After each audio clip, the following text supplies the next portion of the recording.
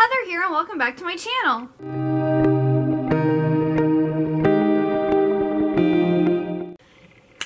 Today I'm having my April wrap up and I am very proud. April was a very good month. I actually read 11 books completely in the month of April. So I'm going to start off with what I finished reading, and then I will mention the books that I'm working or in the process of reading. If you like books as much as I do and you love, BookTube, please give this video a big thumbs up, and also please hit the subscribe button down below. That way you know when I post my next video. I usually post every Sunday is the norm. So yes, let's get into what all I read. The first book, I actually started reading this in March and finished it in April, which is Lost in the Never Woods by Aiden Thomas. And this is a Peter Pan retelling that's kind of modern, so it's set in like present day, not back in the Victorian era. And Wendy and her brothers go into the woods one day and only Wendy comes out. And so now, several years later, children are disappearing again, and Wendy ends up almost running Peter over with her car, and they kind of have to go and find out where these kids are, and she's also trying to figure out where her brothers are. So this, I love Peter Pan, and I love like retellings, but this one was a little slow. It wasn't as like fast-paced and as exciting. Like, I was super excited. As soon as I heard about this book, I wanted it so bad. I wanted to read it, but it was just really slow. And it took forever for, like, stuff to happen. The ending was really good. It was a good twist. Like, it was definitely worth pushing through and reading all the way till the end, but it just took a long time to get there. It was kind of like, I don't know if you all remember that movie Pan, that, it's kind of like a prequel to Peter Pan, and Hugh Jackman plays as Blackbeard. I was so excited for that movie. The trailer looked amazing, and then like I watched the movies and I'm like, well, that was kind of disappointing. So that's kind of how I felt with this. Like, it just looked and sounded amazing, but then actually reading it, I was kind of disappointed. So take that as you will. I believe I gave this a 3 stars. So not bad, but I was hoping for a 5-star there. Didn't happen. And then I'm sure, as you all know, the Shadow and Bone Netflix series came out this month, which I just finished watching with my mom last night. She hasn't read any of the books or anything, but she still enjoyed it, and I thoroughly enjoyed it. I know since she knew that I had read the books, she was like, why did they do this? Why did that? I'm like, well, actually they didn't do that in the book, so I'm not really sure. Like, I was like, they're like merging the Six of Crows duology with the Shadow and Bone trilogy. So like the Six of Crow cast are doing things that I don't know why they're doing or what's going to happen, because that's all new material. So it was interesting watching with my mom, because she kept on asking me, well, did this happen? Why is this? Why is that? I'm like, I don't know. I can tell you what was in the books, but that's all I know. So, because that series is coming out back in March, I read Shadow and Bone. So, I had to finish reading the rest of the trilogy and the duology. So, I read Siege and Storm by Leigh Bardugo. And I also read Ruin and Rising by Leigh Bardugo. Siege and Storm is the second book, and Ruin and Rising is the third book. I will say, I thoroughly enjoyed this series, but the ending for me felt, the ending wasn't as, I was expecting like this, not to spoil anything, but like I was expecting like this big, huge battle, lots of stuff to happen, like, and it was kind of like a Deus Ex Machina, like, ending, and it just kind of all ends, and it's not really, like, amazing. So, if you don't know what Shadows and Bones is about, Alina Starkov is a Grisha, and she doesn't know it. Until one day, her and her best friend Mal end up on the skiff to cross the Fold, which is like this like darkness area that was created by the Black Heretic many years ago. And he gets Mal, while they're on the skiff, is like attacked by a Volcra, which are these monsters that live in the fold, and Alina like unleashes this big burst of light and kind of like saves everyone on the skiff. So then she's taken to the Darkling, who he is like, she's the sun summoner. He takes her to the little palace because now like everyone's after her, and it's kind of like her story, like I guess about kind of like saving the world. But that's pretty much what happens in the first book. The second book continues that story. It introduces Nikolai, who is like, he's the youngest prince of the king and queen who rule Ravka. And then Ruin and Rising finishes that story. And it's just, it was really good until the ending. And then I was just like, I don't know. I was just really disappointed with the ending. So, yeah. I believe I gave them both 4 stars, and maybe I gave this one 5 stars and this 4 stars, but like, they're really still high up. Definitely love it, and I'm so happy that I read it. And then I read The Lives of Saints. This is a book that is a book in the Shadow and Bone trilogy. They reference this book a lot. And it's basically just a book of the different saints, which is kind of like their religious system over there. They worship saints. They don't worship like God and angels. They worship, it almost seems like they're people who are Grisha, but they've done like, so like they've gone above and beyond and done more miraculous things than like a normal Grisha, and they get sainthood. So this was very interesting. I read this in one sitting. Like, it was, I think it's only like 100 pages or something, but like there's also a lot of, yeah, it's like 121 pages. So it was a really quick read. There's a lot of pictures in them, like half the book is probably pictures. The stories are really short. Some of them are just like one page, like one side's a picture and then one side's like story about the saint and why they're a saint. So this was really good, and I think it, you know, kind of added something, and you kind of now understand, I guess, like why they worship the saints. Then I read The Six of Crows duology. So in that there is The Six of Crows, which is the first book, and then you have Crooked Kingdom, which is the second book. I will say, I know a lot of people are saying that they really like The Six of Crows better than Shadow and Bone. Well, the thing is, Shadow and Bone is very much a fantasy series about like a chosen one, where this here is kind of about, I don't want to say normal people, because they all have their issues, and like some of them are Grisha, and like they have deep like histories and like backstories and everything. So I feel like the character building in this is better. But you basically have a convict, a sharpshooter, a runaway, a spy, a heartrender, and a thief, and they have all been hired to do this heist by this like wealthy guy on like the merchant council or something like that. I do want to say that the ending the ending of Six of Crows was kind of predictable. I kind of saw it happening, not exactly how it happened, but I knew like a gist of what was going to happen, because I didn't know there was a second book, so I knew kind of that something was going to happen to, you know, set off the second book. But also because it's just, when you create a heist and you're going in to commit a crime with someone, you can't really trust that person who's like hired you. And like, if you've watched enough, you know, books about bad people hiring other bad people and, you know, whatever, you know, you just can't trust people. So going in, I kind of knew what was going to happen at the end, which is what leads to the second book.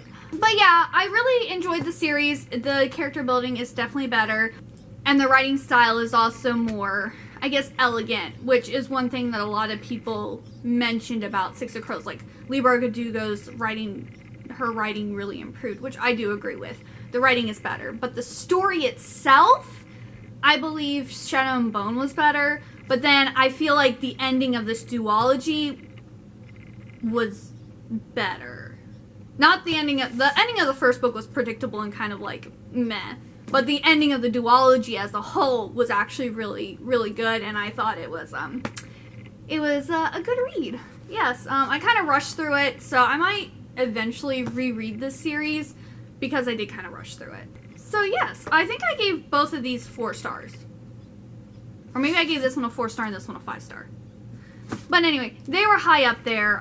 Most of the books I really enjoyed. Then I also read Music of the Night by Angela Ford.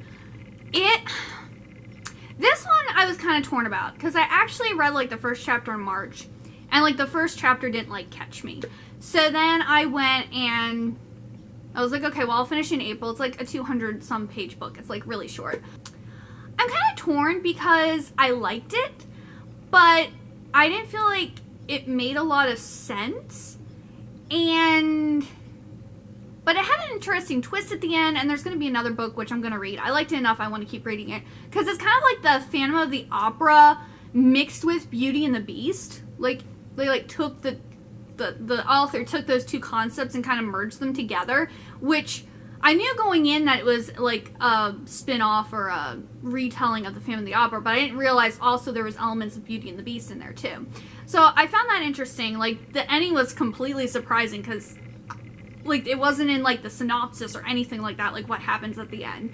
So yeah, I really liked it. I think I gave it a 3 just because like the story itself wasn't that good. But the twist and the added elements, I don't feel like that's been seen before. I just think maybe the author needs to like, I don't know, like expand the story, give the characters more depth. Like, I don't know, I'm one of those people, I don't really like a lot of detail, but at the same time, you need detail. You need something more instead of like this happened and then that happened, and you know, it needs more substance. So I feel like the story needed more substance, but the idea was really good. And it was a quick read, so maybe we'll get more substance in the second book, which I'm hoping. We'll find out. But yeah, I'm pretty sure I gave that a 3 because, you know, good idea, not executed the best. Then I read Shine by Jessica Jung, I believe. This is about a girl who wants to be a K-pop idol. She's actually at like a training house for people who want to be Korean pop star, you know, over in Korea. And she's been there for quite a few years now. This is her last chance because I think once they turn 18, if they don't become part of a group, then they get kicked out and they don't become a pop star. And so it's just kind of her story because her whole family moved from New York over to Korea so that she could do this, but then her mom's not very supportive about it, and she's kind of like picked on. I think it's because of jealousy, just like if you're in ballet and you're good at dance, you know, if you're good at ballet, you get picked on because like it's competitive. So the K-pop world is competitive. It kind of reminded me of like Starstruck, like the Disney Channel original movie Starstruck, mixed with, I guess, kind of like with a K-drama. It was like Disney original, you know, Starstruck mixed with like a K-drama. So I really enjoyed it. I believe I gave it a 4 because like I didn't love it, but I did really enjoy it. And the next book in the series is called Bright, and I believe it's coming out sometime this fall. So I'm looking forward to that because it kind of ended like on a good note. Then I read Mary Jane by Jessica Anya Blau. This I got an advanced reader like ebook copy of it. It is actually coming out May 11th, and this one I really enjoyed. This is about a girl during the 70s who her parents are very like, they shelter her and they're very conservative, and she's like, you know, kind of supposed to be like the perfect daughter, the perfect child. And she goes to work for this family as a nanny for their daughter. And they're your traditional family. The dad is a Jewish psychologist, which I will say there's a lot of anti-Semitism in this book from the girls' like parents. Like, they make snide comments about them, and they ask about like them praying at dinner if they prayed in Hebrew. So like, trigger warning, the book has anti-Semitism in them, which really bothered me. I'm not Jewish, I'm a Seventh-day Adventist, but I do keep the Sabbath. So like, it bothered me a little bit. But I understand, like, I guess that was the viewpoint kind of like back in the 70s. So, just be forewarned of that. There's a lot of negative comments about Jewish people. So, the father is a Jewish psychologist, and the mother is a stay-at-home mom. She doesn't really take care of her daughter. She's also... They make a lot of notes about the mother being braless and not wearing a bra, and her boobs popping out and different stuff like that. Like, the girl, focuses on that a lot. Or the author makes the girl focus on it, however you want to look at it. Mary Jane. Mary Jane's the main girl. But, she goes to work for them, and then, these two, celebrities come and, move in. It's a rock star and a actress? Yeah, rock star and an actress, and they're a married couple, and the rock star is, a recovering drug addict. So he's gone to the psychologist to try to get over his drug addiction because it's affecting not only his health, but their marriage, and it makes things difficult. And it's just kind of this wild summer of her going from, this super conservative home to, this new family where she actually feels, loved and accepted, and that she can be herself. And she also, really enjoys, taking care of the little girl. And, stuff arises, things happen. Her parents, when they find out the family, everything that's going on, they, don't want her to watch the daughter anymore. And it's but it's just really good. It was a really good story. I suggest getting it when it comes out May 11th because I thoroughly enjoyed it. Loved it. It was so good. Then I read Rent a Boyfriend by Gloria Chow.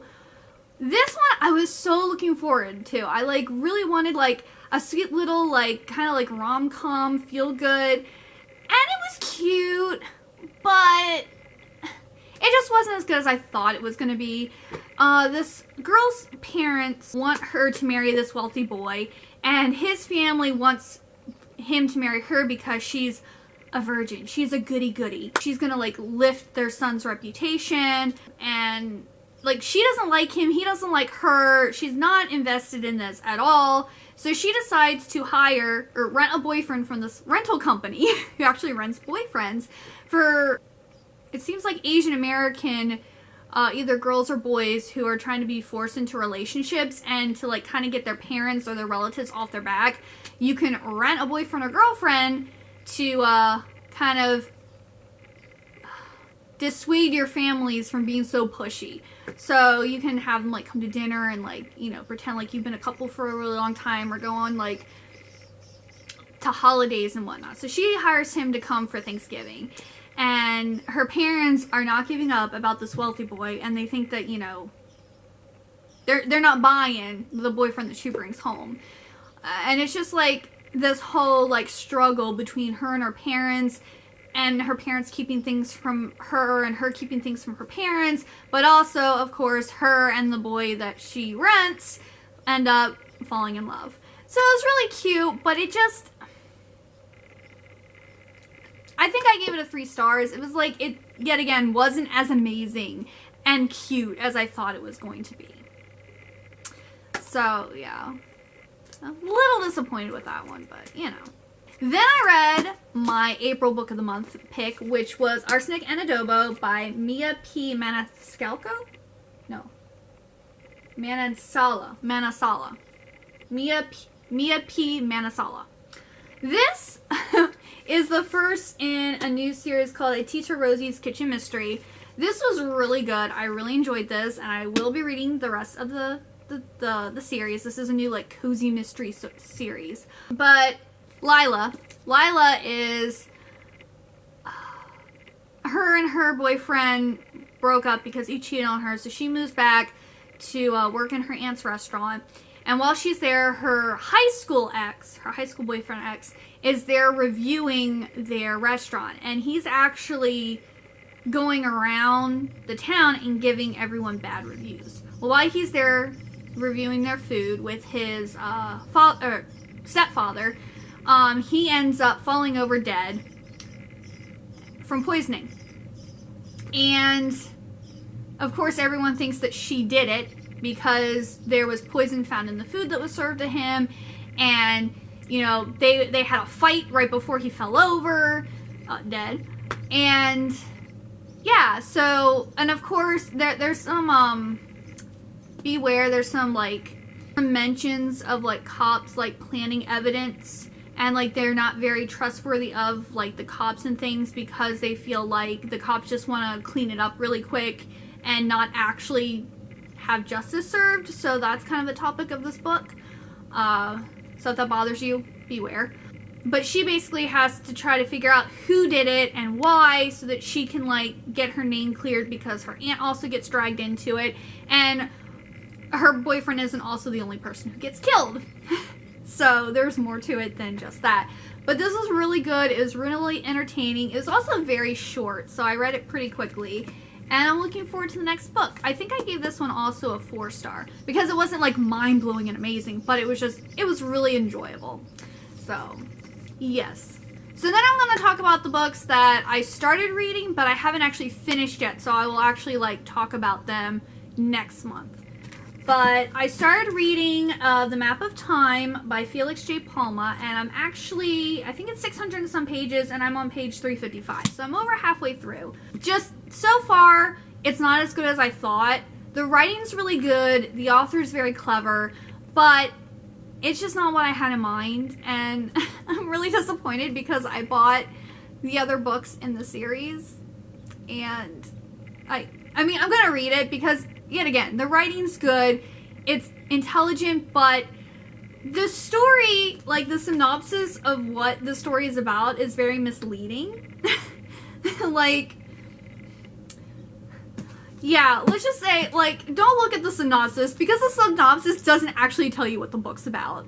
And it was actually funny, if you follow my Instagram, you'll have seen I posted a picture of this, and then I made a comment about the author being like really aware of how the readers would be feeling.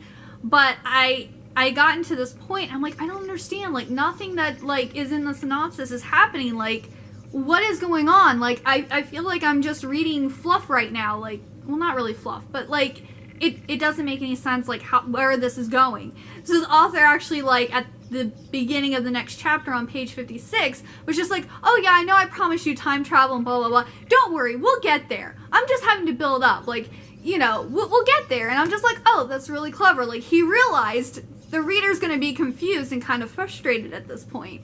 But then I just got more frustrated because, like, literally the synopsis does not match what this book is like about, which I think is kind of intelligent, because the characters in the book are also kind of being misled.